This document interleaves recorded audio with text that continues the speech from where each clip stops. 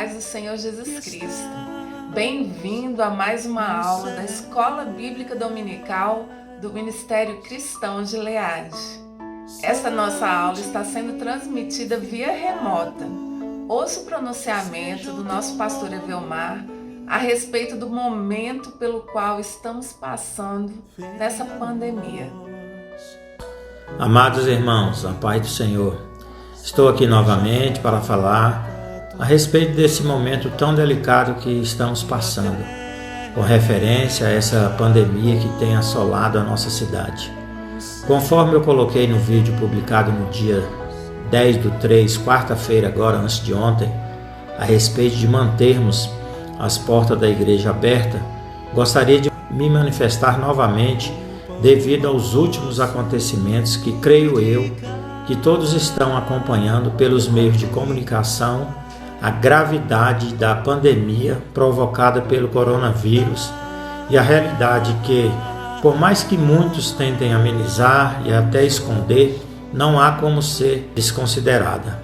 Essa situação se aproxima cada vez mais de nós, como instituição de Gileade. Como é sabido por todos, quando reunimos com a liderança e decidimos continuar, porém não podemos desprezar os fatos reais. A vida cotidiana foi drasticamente alterada. Como citei uma passagem bíblica anteriormente, trago novamente essa mesma passagem que está em Provérbios 27:12, que diz: "O prudente vê o mal e esconde-se, mas os simples passam adiante e sofrem a pena." Então, meus amados, é tempo de prudência. Apesar de estarmos amparados pela legislação e também tomando e adotando todas as medidas de proteção e recomendação estabelecidas, voltamos novamente a pedir a Deus orientação no que fazer nesse momento tão difícil. Nós continuamos com fé e crendo no mover de Deus, mas também temos a consciência de que a fé não exclui a prevenção e a prevenção não exclui a fé. Diante disso, resolvemos suspender os cultos presenciais e a EBD adulto e kids nesse próximo domingo, passando a oferecê-los pela internet, como já os fizemos anteriormente. Tão logo tenhamos outras novidades e esclarecimentos quanto à retomada dos cultos, estaremos comunicando a todos vocês.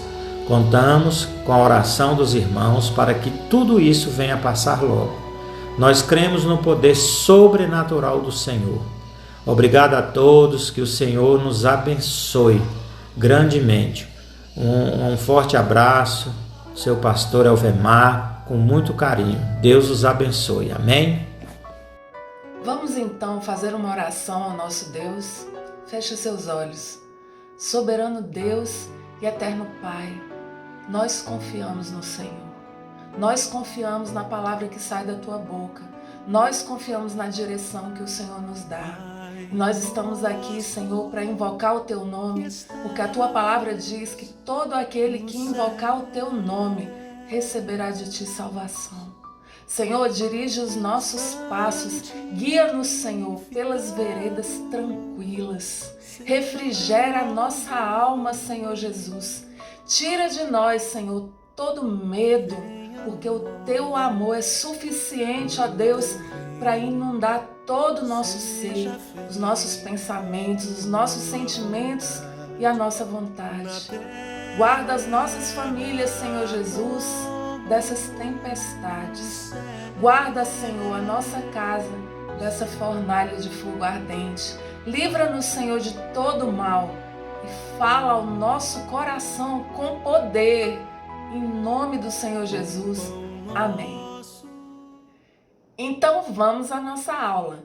Esta é a quinta parte do tema As 4 etapas da ferida. Se você ainda não assistiu às aulas anteriores, volte lá e assista. Eu tenho certeza que você vai ser ricamente abençoado. Amém?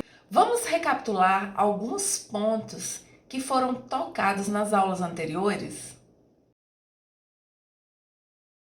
O caminho para identificar feridas e curá-las é o conhecimento da palavra de Deus e a direção do Espírito Santo. Sem esta dupla, a Bíblia e o Espírito Santo, você nunca sabe quem é o autor dos seus pensamentos. Olha, gente, os nossos pensamentos têm 3 fontes. Ou eles vêm de Deus, ou eles vêm do diabo, ou eles vêm dos nossos medos, das nossas ansiedades, que são a nossa alma. Então, a gente não pode confiar em tudo que passa pela nossa cabeça. Olha, seguramente, 99% dos pensamentos que passam na nossa cabeça têm origem no inferno.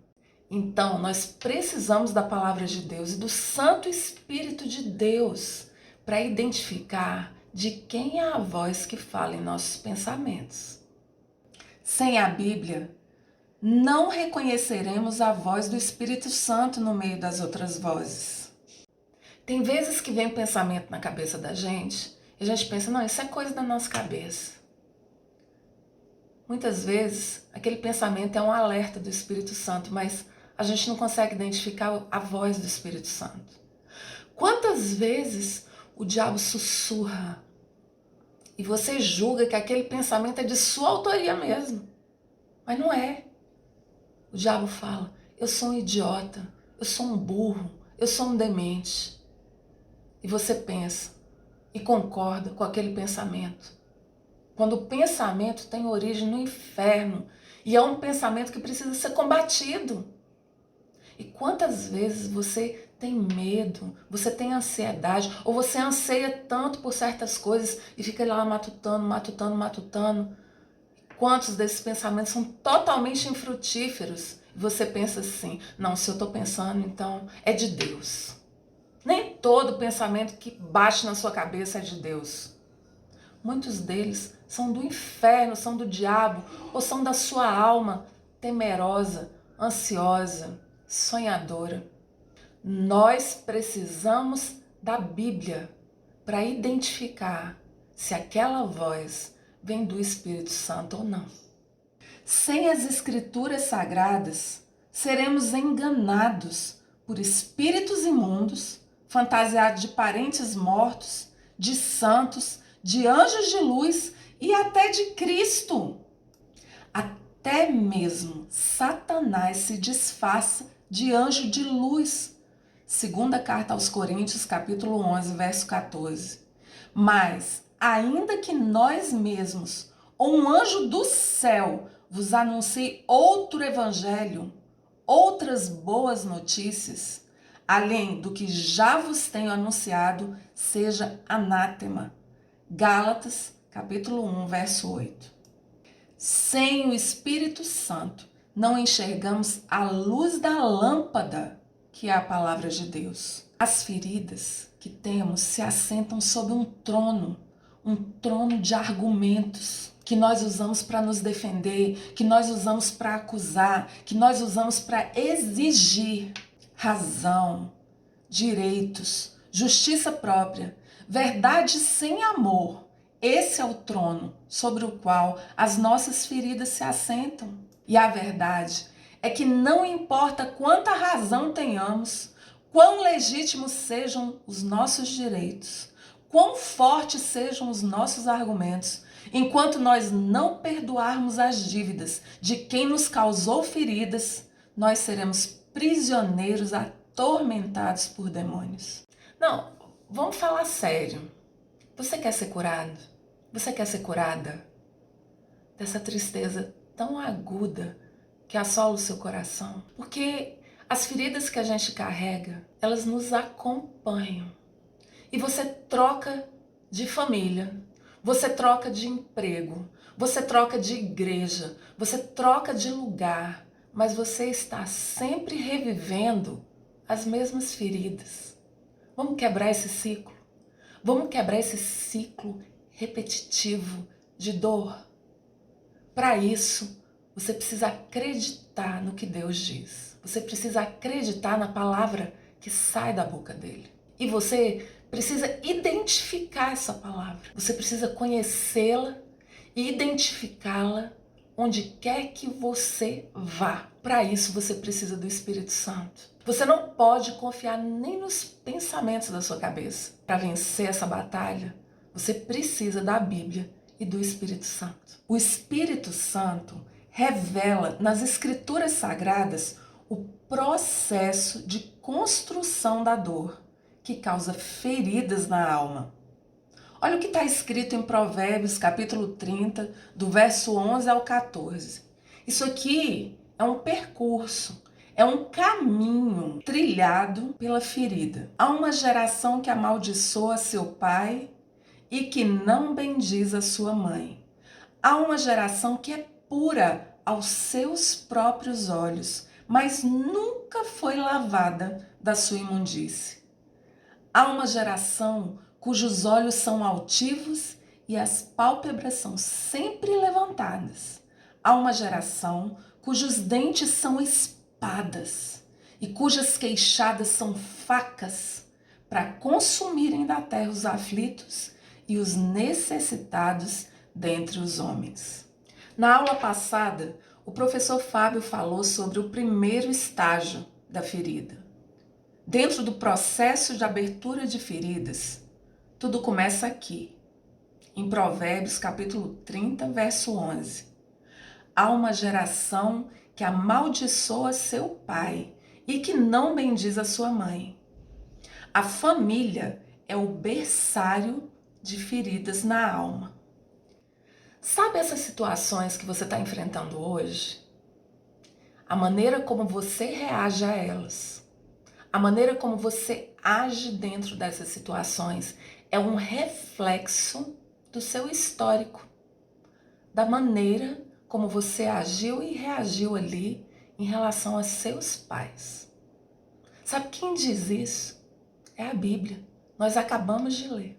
Vamos entender o que a Bíblia diz? O pior pecado que um pai pode cometer para com um filho é a orfandade, é o abandono. Esse é o pior pecado que um pai pode cometer. Existem aqueles que se tornaram órfãos porque seus pais faleceram. Mas existem aqueles que são órfãos de pais vivos. Aqueles filhos que se sentem abandonados por seus pais, sendo que seus pais estão vivos. Muitas vezes os pais se divorciam ou os pais nunca foram casados. E muitas vezes os pais são casados, estão dentro de casa e o filho, de alguma maneira, por alguma razão, se sente abandonado. Isso gera um processo que culmina na ferida se não for bloqueado, se não for tratado. Qual o pior pecado que um filho pode cometer para com seus pais? A desonra. A desonra é o fracasso dos filhos em perdoar as dívidas de seus pais. As dívidas de seus pais para com seus filhos. Sim, porque por melhor que seu pai e sua mãe tenham sido, eles cometeram erros. E você, como pai e como mãe, também os comete. Independentemente da boa intenção dos nossos pais, eles erraram em algum ponto. E esse erro, se não for perdoado, ele vai desencadear em desonra. O professor Fábio falou na última aula sobre o processo de desonra. Começa com a orfandade. A orfandade gera decepção do filho para com seus pais. Se isso não é tratado, essa decepção gera um sentimento de rejeição. O filho se sente rejeitado pelos pais. Veja, a orfandade gera decepção, que gera rejeição. Essa rejeição, se ela não for perdoada, se o filho não perdoar essa rejeição, isso vai se tornar uma ferida. E essa ferida vai produzir um padrão de comportamento rebelde. E essa rebelião vai desembocar na desonra. e os filhos desonrarem os pais. É o pior que pode acontecer. Toda carga de rejeição é correspondida com uma rebelião. Todo sentimento de rejeição alojado, arraigado, aprisionado dentro da nossa alma vai se refletir em nossas ações e reações como rebelião. Rebelião contra quem? Contra toda figura de autoridade, a começar dos nossos pais. A rejeição aprisionada dentro de você, que você não perdoou, que você não liberou, ela vai se manifestar como rebelião diante de toda figura de autoridade que surgiu na sua história. Essa decepção com o modelo de autoridade dos pais leva à propagação da ferida. A maneira como você reage hoje, a maneira como você se comporta hoje é um reflexo de rejeições lá no seu seio familiar que foram perdoadas ou que não foram perdoadas. Se o sentimento de rejeição que brotou no seu coração foi perdoado, você tem um tipo de reação no seu trabalho, na sua escola, na sua família, com o seu cônjuge, com os seus filhos. Mas se esse sentimento de rejeição lá no seio da sua família, com seu pai e sua mãe, não foi perdoado, você tem outro tipo de reação em relação ao seu cônjuge, em relação aos seus filhos, em relação aos seus colegas de trabalho, dentro da igreja, com as pessoas com quem você se relaciona, com seus amigos. A origem de muitas de nossas ações e de muitas de nossas reações está ali, na ausência de perdão aos nossos pais ou na liberação de perdão aos nossos pais. A decepção com modelos de autoridade leva à propagação da iniquidade. Você sabe o que é iniquidade? Iniquidade é um padrão repetitivo de pecado. Iniquidade é quando você peca, o mesmo pecado, peca, você reitera aquela prática, peca. Essa repetição se torna iniquidade. Ela se torna um estilo de vida pecaminoso. Ela se torna um padrão de comportamento. Você está sempre cometendo o mesmo pecado. Esse padrão de iniquidade pode ser algo que você percebeu nos seus pais, nos seus avós, e também pode ser algo que você transmite para os seus filhos. A iniquidade é a repetição de um padrão de comportamento pecaminoso. E o que é o pecado? O pecado é errar o alvo. É você agir contrariamente à voz de comando do seu Deus. Pecado é a desobediência à palavra que sai da boca de Deus. Foi isso que Eva fez. Foi isso que Adão fez. É isso que você faz, consciente ou inconscientemente. E a iniquidade é a repetição constante de um mesmo pecado. E a iniquidade que opera na sua vida vai ser propagada às gerações que vierem depois de você, às gerações que brotarem de você. O que acontece com uma filha decepcionada com o pai? De um lado, uma filha decepcionada com o pai sente muita raiva e muita carência afetiva. Essa raiva e essa carência afetiva pode levar essa filha ao eufemismo, pode levá-la à masculinização, pode levá-la a uma oposição tão forte à figura de autoridade. Qualquer figura de autoridade, o chefe, o cônjuge. Por outro lado, uma filha ferida pode ter um medo tão grande do desprezo das pessoas, do desprezo do cônjuge, do desprezo do chefe, do desprezo de pessoas por quem ela nutre afeição, que isso produz uma carência tão grande que leva a uma grande dificuldade de dizer não e a uma consequente subserviência. E o filho ferido? O filho ferido sente dor e raiva, mas repete de diferentes maneiras o padrão decepcionante do pai. Ele desonra aqueles a quem ele despreza. Ele tem uma dificuldade imensa de domínio próprio, uma dificuldade de aceitar o não das pessoas. A decepção sofrida se desdobra em rebeldia e em desonra nos relacionamentos afetivos. Essa desonra e essa rebeldia produz uma decepção nas pessoas ao redor. Essa é a propagação da iniquidade. Filhos repetem de diferentes maneiras o padrão que reprovam nos seus pais. A decepção leva ao sentimento de rejeição, que leva à ausência de perdão, que leva à ferida, à prisão, que leva à rebelião, à desonra. E a desonra leva à morte. Quais os princípios que Deus estabeleceu? Deus diz na sua palavra: honra teu pai e tua mãe, para que se prolonguem os teus dias na terra que o Senhor teu Deus te dá. Êxodo capítulo 20, verso 12. Mateus capítulo 15, verso 4 diz: porque Deus ordenou dizendo: honra teu pai e a tua mãe.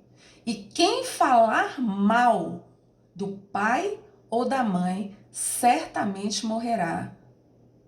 O preço, o salário, a consequência da rebelião, da desonra, é a morte antecipada. A pessoa não somente morre antes do tempo, mas ela vivencia uma morte antecipada em todas as áreas da vida dela. Você vai ter morte antecipada em diferentes áreas da sua vida. Você vai ter morte antecipada na sua vida emocional, na sua vida conjugal, na sua vida sexual, na sua vida financeira, na sua vida profissional, relacional, física, espiritual, independentemente do sucesso que você aparente. Quantas pessoas você já viu tão bonitas, tão ricas? Quantas pessoas você olha aí que tem casamento invejável? Nossa, fulano, olha só, o cônjuge de fulana, o cônjuge de fulano mora numa casa maravilhosa, tem um salário estratosférico. Quantas pessoas você já ouviu falar? Na televisão, é só sorriso. Na revista Caras, é só sorriso. De repente, pá! A pessoa está em depressão, a pessoa comete suicídio. Pessoas que você nem sonha faleceram, deram cabo da própria vida. A pessoa vive a morte em todas as áreas da vida dela, quando ela é aprisionada por uma ferida. Pense nisso. Eu lembro do meu filho pequeno, olhando um homem bem velhinho, que já tinha ultrapassado 100 anos de vida. E aí ele falou: uau, mamãe, ele deve ter honrado muito o pai dele e a mãe dele. Olha, a promessa do Senhor é que quando você honra seu pai e sua mãe, você vai prolongar seus dias de vida. Lá está dizendo assim: honre seu pai e sua mãe se eles forem bons como Deus é bom. Honre seu pai e sua mãe se eles acertarem todas. Honre seu pai e sua mãe se eles só fizerem tudo certo. Se seu pai e sua mãe não fizerem tudo certo, não precisa honrar seu pai e sua mãe. É isso que está escrito na Bíblia? Não. Na Bíblia está escrito: honra teu pai e tua mãe, para que se prolonguem seus dias na terra. Isso significa que se você honrar seu pai e sua mãe, independentemente da ação e da reação deles, você vai viver mais. Agora, se você não honrar seu pai e sua mãe, você vai viver menos do que poderia. E o que diz lá em Mateus? Que aquele que falar mal do seu pai e da sua mãe, que maldisser o seu pai e a sua mãe, certamente morrerá. Isso significa dizer que se você pratica a maledicência de seus pais, você vai viver menos do que você poderia. Porque se você honrá-los, você aumenta seus dias de vida. Mas se você ficar falando mal deles, falando mal deles, você diminui o seu tempo de vida. Não, você não precisa concordar com isso. Ninguém está falando para você concordar com isso. Você pode discordar totalmente. Mas a palavra de Deus, a Bíblia, vai continuar sendo a verdade, você concordando ou não. E eu vou te dizer uma coisa. Se você não conhecer a Bíblia, mas honrar os seus pais, você vai viver mais. E se você não conhecer a Bíblia e desonrar os seus pais, você vai viver menos. Concordando ou não concordando, acreditando ou não acreditando, aceitando ou não aceitando, a verdade continua sendo verdade, você gostando dela ou não. Agora, se você quiser ser curado da sua ferida, você precisa entender como é que ela foi construída. E ela tem a sua origem no seu relacionamento com seus pais. Seus pais com certeza erraram, porque eles são seres humanos e erram mesmo. Uns erram mais, outros erram menos, todos erram. Em alguma coisa eles erram, ou em várias. A grande questão não é se eles erraram ou não. A grande questão é se você perdoou ou não. Porque se você não perdoou a dívida de seus pais, você está aprisionado. Se você tem dúvidas sobre isso, assista às aulas anteriores, porque nós falamos sobre esse processo de aprisionamento. Se você não perdoa a dívida de alguém, você se torna cativo, aprisionado, prisioneiro, atormentado por verdugos. Agora, vamos falar das suas feridas? Eu sei que pode ser que você esteja ferido com alguém hoje. Pode ser que lá no seu trabalho, dentro da sua casa, na sua família, pode ser que você esteja ferido. Vamos descobrir como é que a coisa funciona. A Bíblia ensina para mim e para você como ela funciona. Há uma geração que amaldiçoa seu pai e que não bendiz a sua mãe. Quando é que você amaldiçoa seu pai? Quando é que você fala mal da sua mãe? Você não bendiz ela, você maldiz. Quando você está ferido. Quando o seu pai e a sua mãe fizeram alguma coisa que você até hoje não perdoou. Você não liberou seus pais. Quando você tem uma ferida, você se denuncia a partir do que você fala. Quando você tem uma ferida, você se denuncia a partir do que você fala. O que você fala denuncia o que está dentro do seu coração. A Bíblia fala que a boca fala do que o coração está cheio. Quando você fala mal da sua mãe, quando você fala mal do seu pai, isso sinaliza que tem algo dentro de você que está ferido, que você está preso em uma ofensa.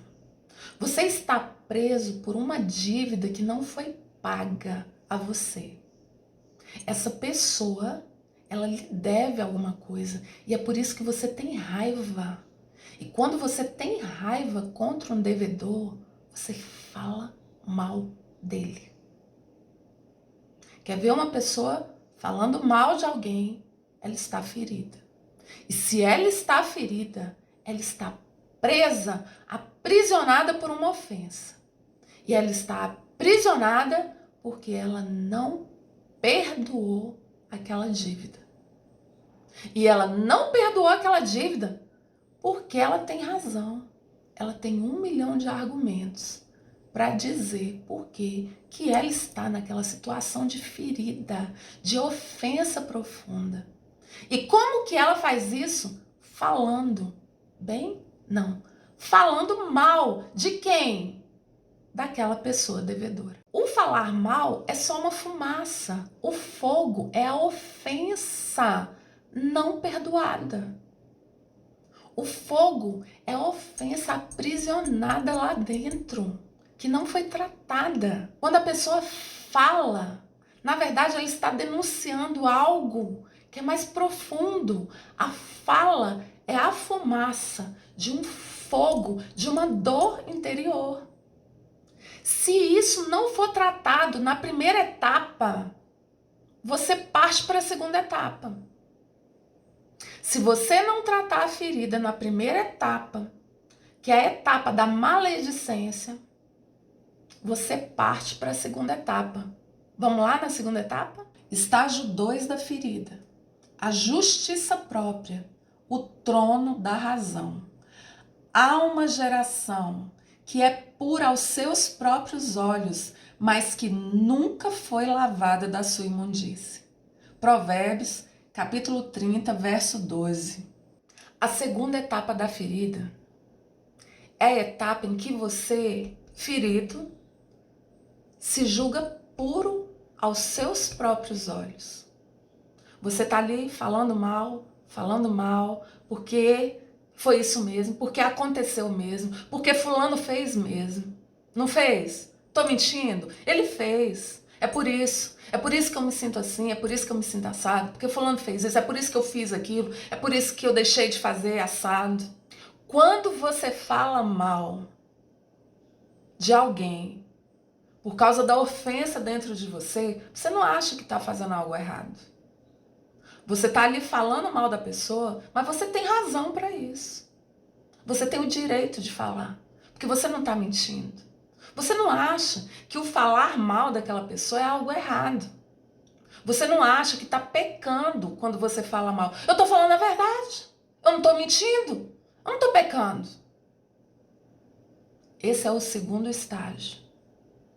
É quando você peca, mas você julga que não tem pecado nenhum. Você está tão abraçado no pecado do outro que você não percebe o seu próprio pecado.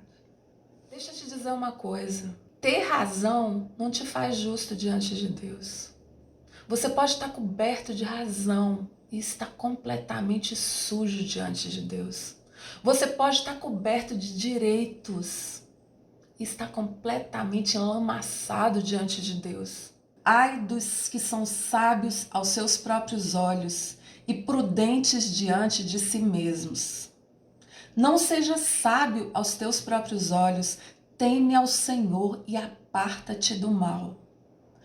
Todos os caminhos do homem são puros aos seus olhos, mas o Senhor pesa o espírito.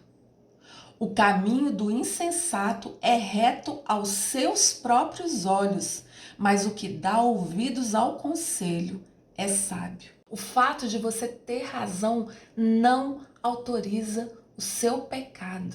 Há uma geração que é pura aos seus próprios olhos, mas que nunca foi lavada da sua imundície. Olha, você quer ver uma pessoa pecar, e se você for confrontá-la, ela vem com unhas e dentes em cima de você. Sabe por quê? Porque ela é pura aos seus próprios olhos. Sabe aquelas vezes em que você está pecando? Você está pecando. E alguém vem e confronta você. E você fica irado, vontade de dar um murro e quebrar os 4 dentes da frente dela. Quem é ela para falar alguma coisa? Ela lá sabe da minha vida? Ela sabe o que eu estou passando? Ela sabe tudo o que eu sofri? Vai cuidar da sua vida, que eu cuido da minha. Sabe aquelas vezes em que você está pecando e Deus levanta alguém para te confrontar e você se ira contra essa pessoa? Sabe por que que você se ira? Porque aos seus olhos você é puro. Você não está fazendo nada de errado. Você tem direito. Ai daquele que é puro aos seus próprios olhos. Ai daquele que é puro aos seus próprios olhos, mas que nunca foi lavado da sua imundície. Então, vamos pensar agora como que um cristão convicto, eu, manifesto essa segunda etapa no meio do corpo de Cristo, no meio da igreja, por meio de uma pseudo-espiritualidade. A pessoa se julga pura, mas é incapaz de mapear os próprios pecados. Ela não consegue identificar os próprios pecados. Ela se justifica o tempo todo. Mas essa pessoa é altamente competente para enxergar o pecado do outro e extremamente incompetente para enxergar o próprio pecado. A pessoa se mune de razão e se mune de argumento, mas ela não consegue enxergar a si mesma. Veja o padrão de comportamento que essa pessoa assume segundo a palavra de Deus. O caminho da mulher adúltera é assim. Ela come, depois limpa a sua boca e diz: não fiz nada de mal. Provérbios capítulo 30, verso 20. O cristão ferido tem a sutil e sinistra capacidade de disfarçar, de camuflar a verdade íntima em busca de reconhecimento. A religiosidade não passa de uma maquiagem para encobrir áreas específicas de derrota na nossa vida. A religiosidade maqueia o orgulho ferido. Hiperespiritualizar determinadas áreas da vida é sinal de que há derrotas e fracassos que não queremos compartilhar. Nós não queremos reconhecer, não queremos confessar, não queremos expor, nós não queremos que ninguém saiba. E aí, quando você abafa a ferida, quando você esconde a ferida, você adoece por infecção. Enquanto me recusei a confessar o meu pecado, meu corpo definhou e eu gemia o dia inteiro. Dia e noite a tua mão pesava sobre mim. Minha força evaporou como água no calor do verão. Salmo 32, versos 3 e 4. E aí nós chegamos no terceiro estágio da ferida. Há uma geração cujos olhos são altivos e as suas pálpebras são sempre levantadas. Provérbios, capítulo 30, verso 13. O terceiro estágio da ferida é o estágio da arrogância, é o estágio da soberba, é o estágio do orgulho. Ao que as ocultas calunia o próximo, a esse destruirei. O que tem olhar altivo e coração soberbo, não o suportarei, diz o Senhor.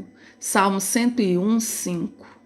Estas 6 coisas o Senhor odeia, e a 7ª a sua alma abomina. Olhos altivos. Se tem uma coisa que o Senhor detesta, é orgulho, é soberba, é arrogância. Os olhos altivos dos homens serão abatidos, e a sua altivez será humilhada. Só o Senhor será exaltado naquele dia. Isaías capítulo 2, verso 11. A soberba precede a ruína, e a altivez do espírito precede a queda. Revesti-vos de humildade, porque Deus resiste aos orgulhosos, mas dá graça aos humildes. Olha, eu conheço um autor chamado Rick Joyner, que eu gosto muito. Ele diz o seguinte, que ele tem muito mais medo do Senhor do que de 100 milhões de demônios ali na porta de casa. Olha, meus amados, quem teme o Senhor não teme mais nada. O que é investida de demônio comparada à resistência, à oposição do próprio Deus à nossa pessoa? E o Senhor se opõe ao orgulhoso. O Senhor se opõe ao soberbo. E quando é que você é soberbo? Quando é que você é orgulhoso? Quando é que você fala mal das pessoas? Quando é que você revira os olhos? Quando você tem razão. Quando você está coberto de razão. Quando você está coberto de razão, você esconde os seus erros, você abafa, você esconde, você não quer que ninguém saiba o que realmente passa dentro de você. A sua ferida infecciona e você se torna orgulhoso. Você olha as pessoas de cima para baixo, você desmerece as pessoas no seu coração. Eu fico assim impressionada com a quantidade de jeito que uma ferida encontra para se manifestar. Eu me lembro daquele rapaz que tinha um alto cargo na empresa em que ele trabalhava e ele conseguiu atingir o topo da carreira, mas aquilo era insuficiente. Ele tinha uma esposa linda, filhos lindos, uma carreira brilhante, mas isso era insuficiente. Ele gastava horas e horas do dia trancado, estudando para alcançar um cargo no serviço público que fosse muito além daquele que ele já tinha. Ele dizia para a esposa assim: olha, se tiver doente, se acontecer qualquer coisa, não me chame. Não me chame porque eu estou me preparando para aquele concurso. E a esposa tinha que se virar sozinha com os filhos. E ele conseguiu atingir o topo do topo do topo. E qual o motivo dessa ganância toda, desse desejo de ocupar o cume do monte? Era provar para os pais dele que ele era melhor do que os irmãos dele.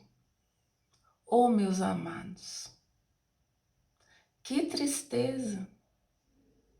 Será que ele, tendo atingido o cume do monte, ele se sentiu satisfeito? Será que esse buraco na alma desse homem foi preenchido? Feridas emocionais podem ser uma poderosa fonte de inspiração e trabalho, mas no espírito errado. Provérbios capítulo 11, verso 2. Em vindo a soberba, sobrevém a desonra. Diagnóstico desse pecado: orgulho e competição. Prognóstico: onde é que isso vai dar? Vai dar em divisão e destruição. Chegar a esse terceiro estágio sem arrependimento é pedir para ser derrubado. Ser derrubado por quem? Pelo próprio Deus. Não, não é o diabo que te derruba. É o Senhor. Ele derruba o arrogante. O Senhor, ele derruba o arrogante. Não se esqueça disso. Quer pedir para ser derrubado? Empina o nariz. O Senhor abomina o arrogante. A arrogância, a soberba precede a queda. Seja inteligente. Fuja do orgulho. Fuja da arrogância.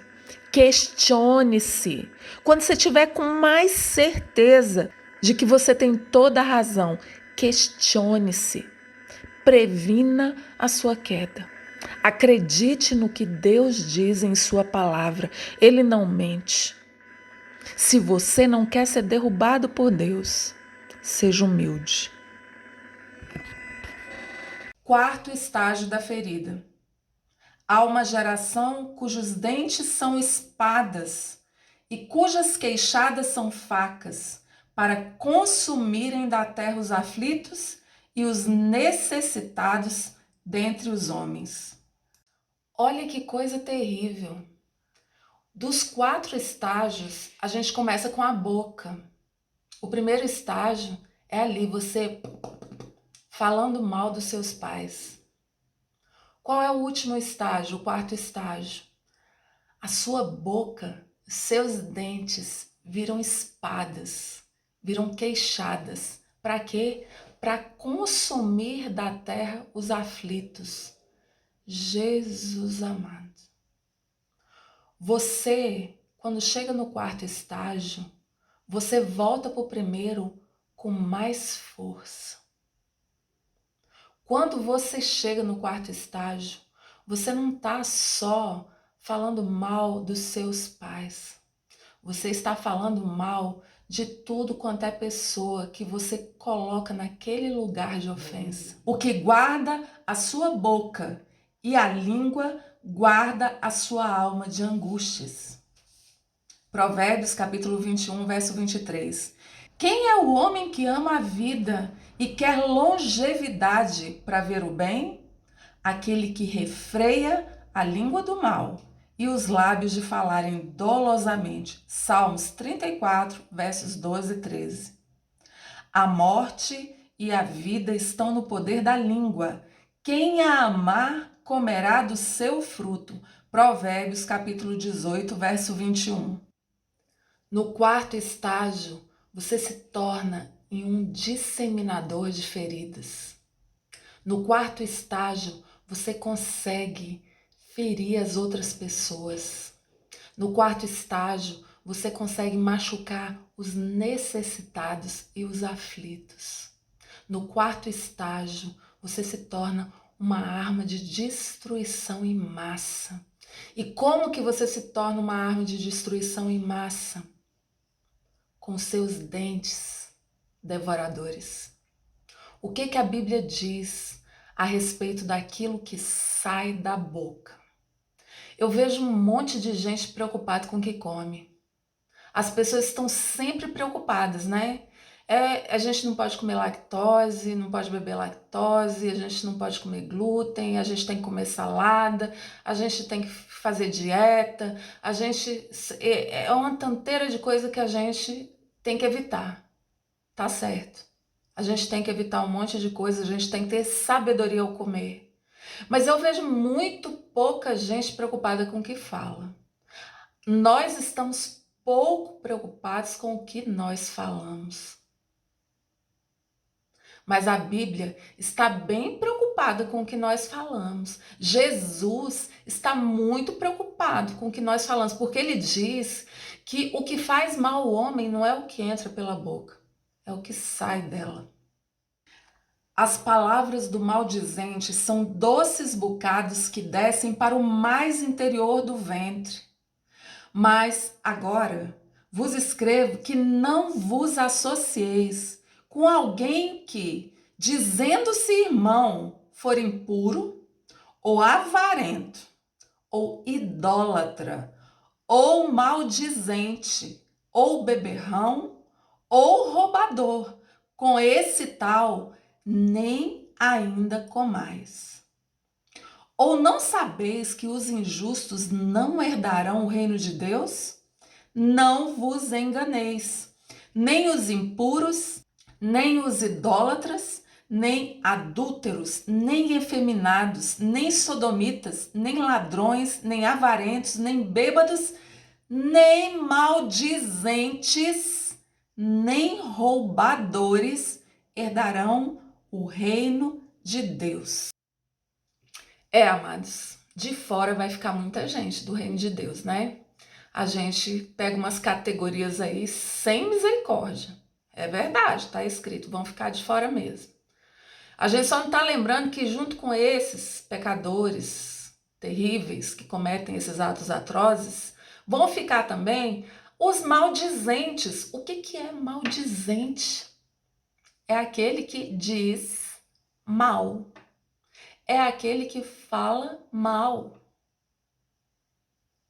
Olha, eu não estou falando para você que você não deva desabafar. A gente precisa desabafar. Todos nós precisamos de alguém com quem a gente possa contar, com quem a gente possa confiar, de contar aquelas coisas duras e sangrentas que estão dentro da gente. A Bíblia diz assim: confessai os vossos pecados uns aos outros e orai uns pelos outros para que sejais sarados. A pessoa que não confessa, ela adoece. Então, nós precisamos confessar, nós precisamos falar aquilo que está dentro, aquilo que dói. Mas eu não estou falando disso. Uma coisa é você confessar a sua dor. Outra coisa é você falar mal. A pessoa que fala mal é diferente da pessoa que confessa. A pessoa que confessa está buscando cura para si. A pessoa que fala mal está buscando um aliado contra o ofensor. Vou repetir. A pessoa que confessa a sua dor, ela está buscando ajuda. Ela está buscando cura. A pessoa que maldiz, ela está buscando alguém que se una a ela na dor. Ela está buscando um aliado que abrace aquela dor com ela e se una a ela contra um inimigo que vai se tornar comum. Porque se a pessoa toma minhas dores para ela, aquela pessoa que me maltratou se torna um inimigo para ela também. No quarto estágio, você se torna um disseminador da sua ferida. Você se torna como um câncer. O câncer, onde ele encosta, ele transforma aquilo em câncer. Onde o câncer encostar, vira câncer. Se você for um disseminador da sua dor, você vai fabricar um monte de doloridos. Você vai contaminar uma multidão de gente. Quantas vezes as nossas mães nos contaminaram com as dores delas? Quantas vezes os nossos pais nos contaminaram com as dores deles? E você que não perdoou os seus pais, que se rebelou e os desonrou, você que abraçou a sua dor no seu trono de razão e de argumentos, você que se encheu de direitos e os seus olhos se tornaram altivos, você, quando for tocar nesse assunto com outra pessoa, que seja para confessar e ser curado. E não para ser um disseminador da sua dor. Quantos de nós somos cristãos há quanto tempo? Falamos de Jesus o tempo todo. Fomos curados em tantas áreas. Somos instrumentos de Deus para tantas coisas. Mas ainda guardamos cheio de maquiagem, camuflado, com pele de ovelha, lobos dentro da gente. E esses lobos se manifestam. E aí alguém que identifica o lobo vem e nos confronta. E o que a gente faz? Se a gente pudesse, a gente assassinava aquela pessoa que confronta a gente. O mensageiro morre.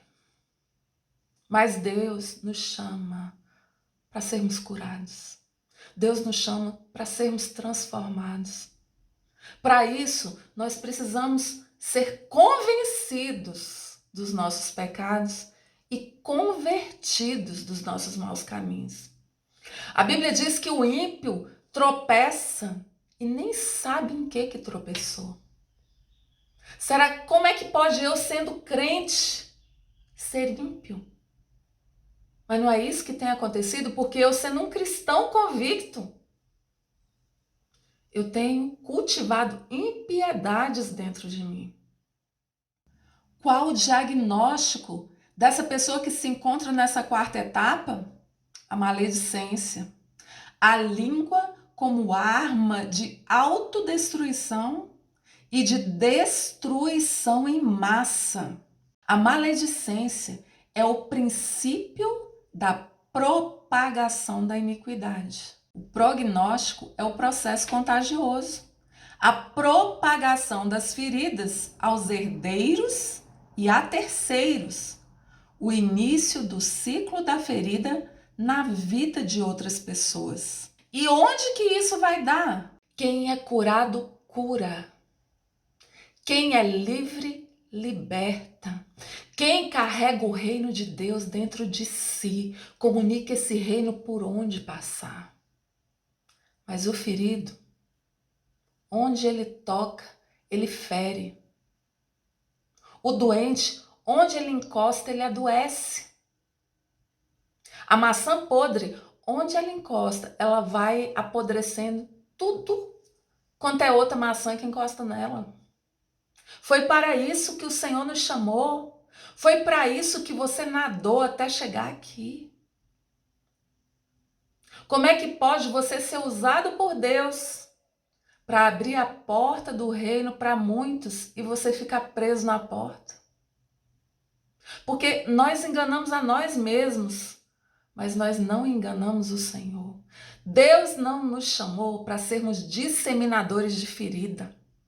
Deus não nos chamou para amaldiçoar a nossa descendência, propagando as nossas doenças para os nossos filhos e netos. Deus não nos chamou para ser um propagador de dores, nem no trabalho, nem na igreja, nem na família. Deus nos chamou para curar, salvar e libertar. E onde a gente tocar, a salvação, a cura e a libertação do reino de Deus alcance. Qual é o seu chamado? Para que Jesus morreu por você, para salvar você? Para quê? Para você ficar aí, cabrunhado, aprisionado em feridas. Desencadeador do ciclo da ferida na vida de outras pessoas. Está amarrado em nome de Jesus, está quebrado em nome de Jesus. Isso tem que parar agora, isso tem que parar aqui. E o primeiro passo para a cura é você ser convencido de que você precisa ser transformado. E quando estiverdes orando, perdoai. Se tendes alguma coisa contra alguém, para que o vosso Pai que está nos céus vos perdoe as vossas ofensas. Qual a receita médica para abrir os ferrolhos do cárcere? Confessai as vossas culpas uns aos outros e orai uns pelos outros, para que sejais curados. A oração feita por alguém justificado por Jesus pode muito em seus efeitos. Tiago, capítulo 5, verso 16. O antídoto para todo esse ciclo de ferida é o perdão. O perdão que promove a reconciliação.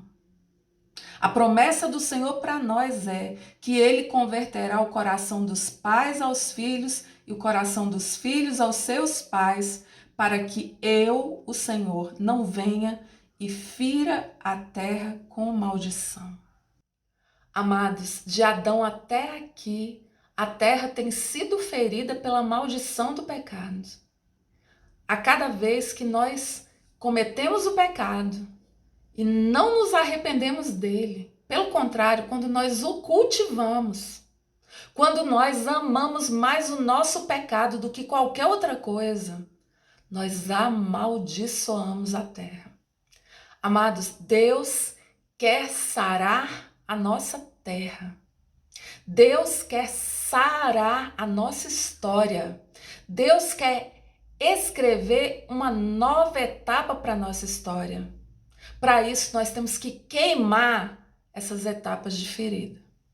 O Senhor, Ele quer nos levar além. Ele quer abrir o caminho para nós. Ele quer nos elevar aos pensamentos dEle, que são muito mais altos que os nossos.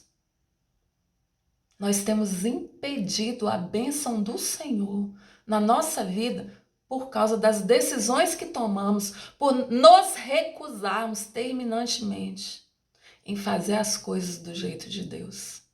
Nós, sendo cristãos há tantos anos, ainda queremos, insistimos e argumentamos em fazer tudo do nosso jeito.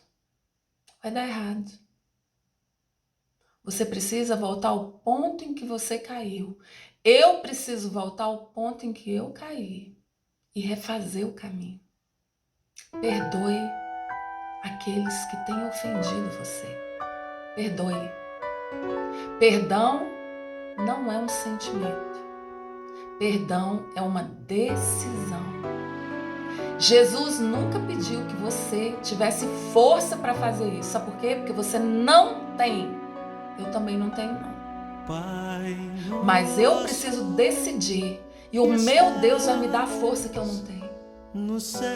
Se você precisa de ajuda nesse processo, conte conosco. Conte com a Igreja do Senhor Jesus. Conte com o Ministério Cristão Gileade. Conte conosco em nome de Jesus. Nós estamos juntos. Se nós formos curados das nossas dores, nós vamos ser instrumentos de Deus para curar, para libertar, para salvar. Mas, se nós insistirmos, abraçados aos nossos pecados, declarando-lhes amor incondicional, não abrindo mão deles, se nós insistirmos em justificar o nosso pecado, se nós continuarmos a cultivar as nossas feridas e não liberar as pessoas que nos ofenderam, volta lá na primeira aula, na segunda aula e na terceira aula e na quarta aula sobre as 4 etapas da ferida. Nós seremos aprisionados eternamente. Não importa o título que você tenha, quanto dinheiro você tenha, quantos carros você tenha, onde você more. Não importa quanto sucesso você tenha, você vai ser um miserável, pobre, cego e nu. O Senhor nos chama para sermos libertos. Ouça o chamado do Senhor. Ouça o chamado do Deus vivo para a sua vida. Vamos orar. Senhor Deus, nós estamos aqui como Adão e Eva no jardim. Fomos pegos nus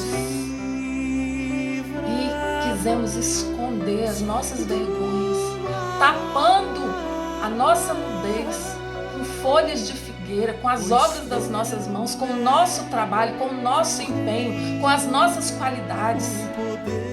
Mas tudo isso é insuficiente para cobrir a nossa nudez.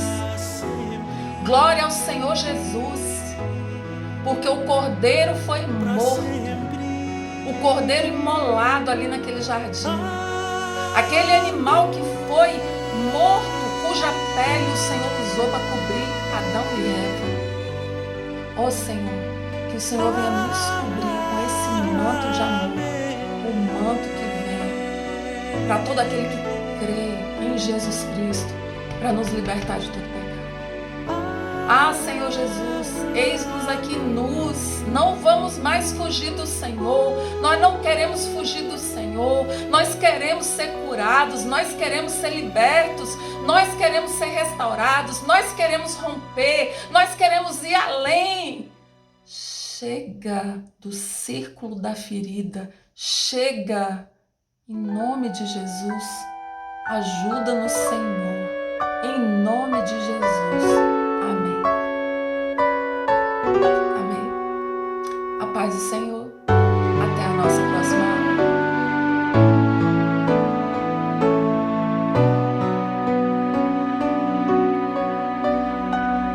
Pai nosso que estás no céu,